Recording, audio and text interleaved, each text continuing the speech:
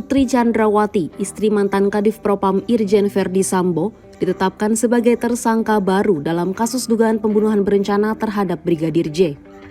Peristiwa ini terjadi di rumah dinas Verdi Sambo di Duren 3, Jakarta Selatan pada Jumat 8 Juli 2022. Awalnya, Putri mengaku menjadi korban pelecehan seksual oleh Brigadir J di awal munculnya kasus ini.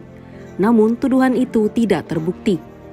Berikut jejak Putri Chandrawati di kasus kematian Brigadir J sejak awal terungkapnya kasus ini hingga menjadi tersangka.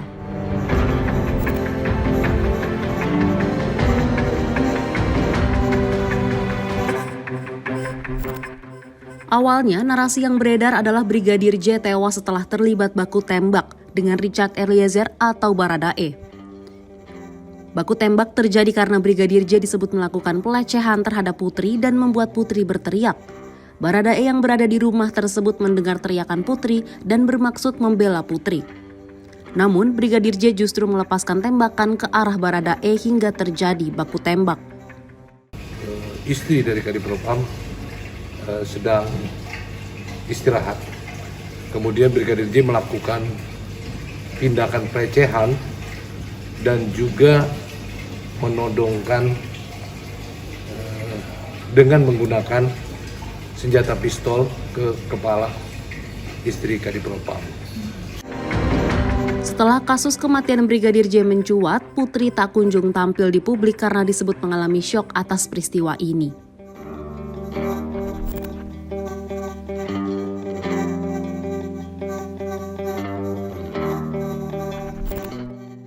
Lama tak muncul di depan publik, akhirnya pada Minggu 7 Agustus 2022, Putri datang ke Makobrimob setelah Verdi Sambo ditahan atas dugaan pelanggaran etik dalam kasus ini.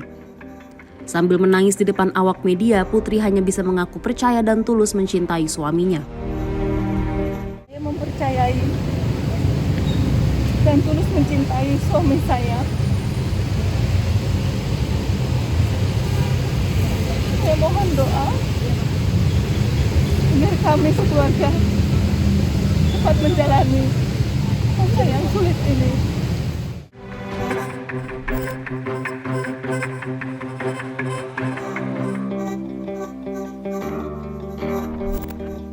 Laporan kekerasan seksual dan percobaan pembunuhan terhadap terlapor Brigadir J sempat naik ke tahap penyidikan.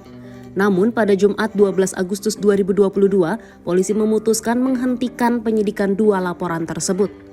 Polisi memastikan bahwa tidak ada pelecehan yang dilakukan Brigadir J terhadap Putri.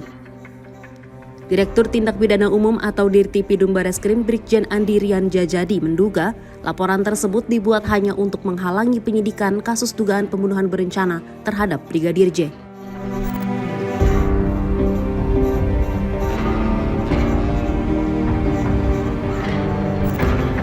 Putri sempat mengajukan permohonan perlindungan dirinya ke Lembaga Perlindungan Saksi dan Korban atau LPSK. LPSK pun sempat berupaya melakukan asesmen terhadap Putri pada Selasa 9 Agustus 2022. Namun Putri tak bisa dimintai keterangan karena hanya menangis dan mengaku malu. LPSK lantas berkesimpulan bahwa Putri tak memerlukan perlindungan mereka dan menyatakan menolak permohonan tersebut.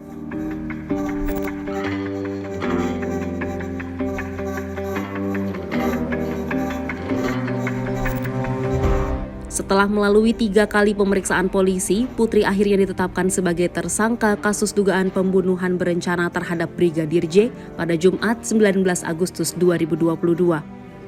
Terdapat 2 alat bukti yakni keterangan saksi dan CCTV.